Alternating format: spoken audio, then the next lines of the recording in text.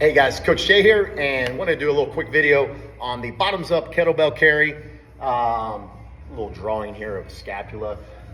With this exercise, I want you to think of trying to get some maximum upward scapular rotation. So if you think about the bottom of your shoulder blade, trying to reach and push it towards the side or front of the body, okay? This can be, first off, great for a lot of us that have anterior shoulder pain. When you're doing a movement, I don't know what it is. Maybe it's even the side-lying windmills that I had you guys do. If you're getting that kind of impingement pain, this is gonna be great for you. So really take it serious and do your best. First off, bottoms up kettlebell. Literally, you're gonna have the handle. It's gonna be upside down. I'm gonna show you here in a second. And with that now weight being here instead of in your below, that is gonna force your shoulder blade, your cuff muscles to kind of have to recruit and use more of those muscles to stabilize the weight. So a lot of reactive stability there, okay? What are we doing them for? Strengthen up that serratus anterior. Again, those are the muscles at the front that help to perform that movement with your shoulder blade. I mentioned we're gonna get more stability in that shoulder and the cuff muscles.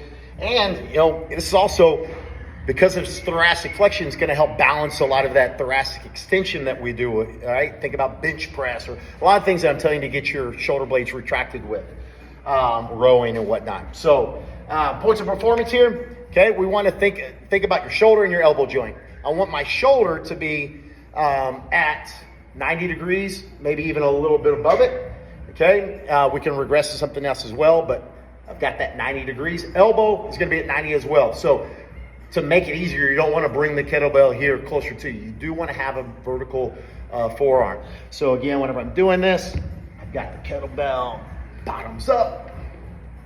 Got my elbow. I know the camera's a little bit lower, but I've got the elbow at or above the shoulders, which is creating that shoulder flexion of 90 to 100 degrees, keeping the vertical forearm. So I've got that 90 degree on the elbow.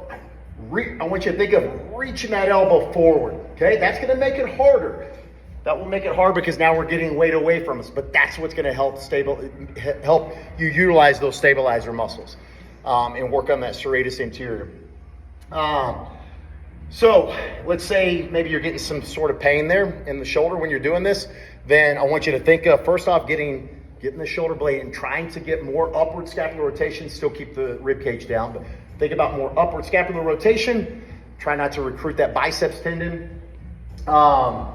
We can also change from this is 90 degrees. We can lower it a little bit to get 80 degree bend in that shoulder flexion, okay? Also things that I play around with is the lateral plane of the scapula. So I didn't show you the front, I don't think, but if I'm doing my carry here, right?